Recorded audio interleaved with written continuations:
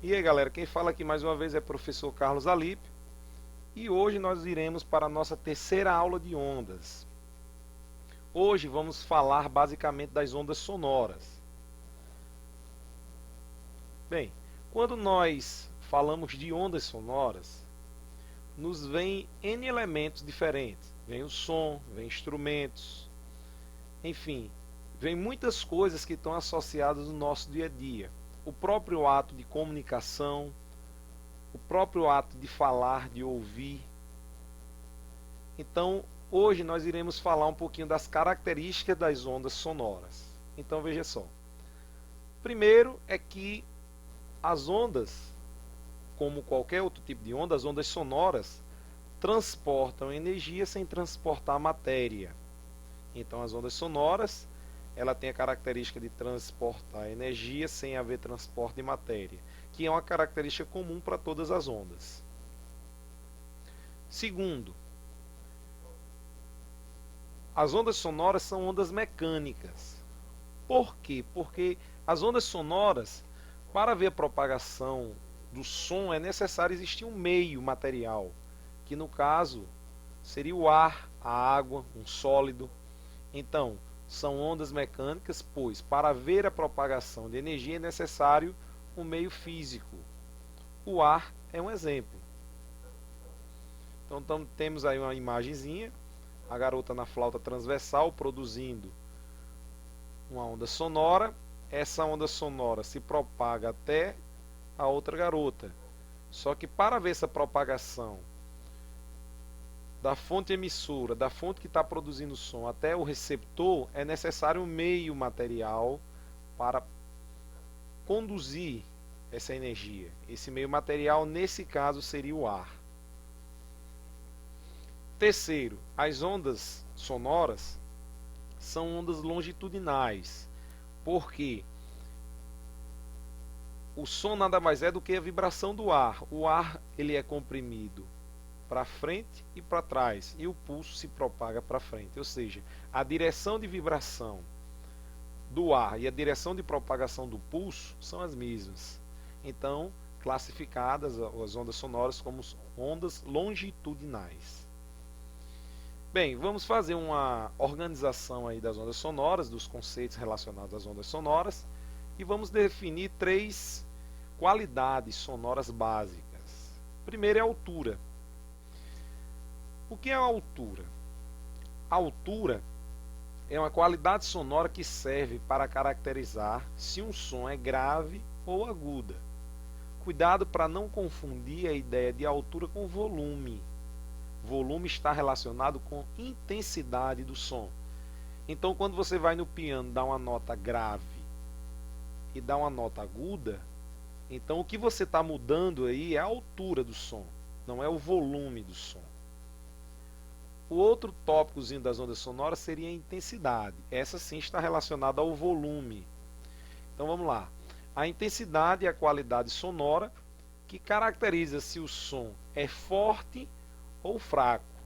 Seria o equivalente a você pegar um violão, posicionar os dedos para produzir uma nota, digamos, Ré, bater nas cordas devagar e numa situação posterior com a intensidade maior. Ou seja, o som produzido, no segundo caso, vai ser mais forte do que o primeiro. Então, o que você variou aí não foi a altura, você variou a intensidade do som. Então, intensidade relacionado com o som ser forte ou fraco. E agora o timbre. O timbre é uma qualidade sonora que serve para distinguir fontes emissoras de uma mesma altura e intensidade. Então, se você pegar dois instrumentos musicais, por exemplo, um piano e um violão, colocar ambos para emitir a mesma nota, ou seja, na mesma altura e na mesma intensidade, você ainda será capaz de distinguir quem é o violão e quem é o piano, porque cada instrumento tem um timbre diferente, apesar de estar dando a mesma nota na mesma intensidade, mas o timbre do violão é diferente do timbre do piano. Então o timbre é uma qualidade fisiológica do som que distingue instrumentos, distingue fontes emissoras de mesma altura e de mesma intensidade. E vamos falar um pouquinho da reflexão do som. Bem, o som, uma onda em si, ela tem a propriedade de ser refletida. Então, o que é o reflexo? O reflexo é quando uma onda viaja numa determinada direção, encontra um obstáculo, bate e volta. Então, o processo de bater e voltar para o meio de origem é chamado de reflexão. O som também ocorre esse fenômeno, que é chamado de eco. A reflexão do som, coloquei um topozinho, ó. As ondas sonoras, ao atingirem um obstáculo fixo, como por exemplo uma parede, elas são refletidas. Você está numa caverna e emite um som. O som vai se propagar. Quando bater nas paredes da caverna, o som vai bater e vai voltar. Então você vai perceber que o som foi refletido, produzindo eco.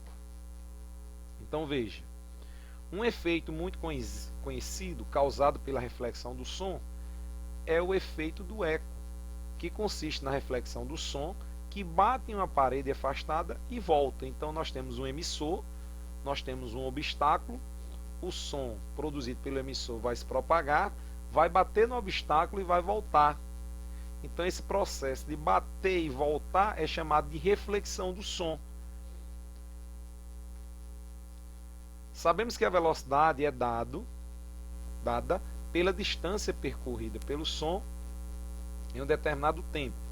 Essa distância é dada por 2 vezes a distância ao obstáculo refletor, já que o som vai e volta. Então o que ele está dizendo aí é o seguinte: essa distância entre o emissor e o obstáculo, o som vai viajar, se nós chamarmos essa distância de d, o som vai viajar d, que seria a distância de ida, mais a distância de volta. Então ele vai percorrer 2 vezes d, num determinado intervalo de tempo. Então, para calcular a distância, nós vamos usar essa fórmulazinha aí, ó.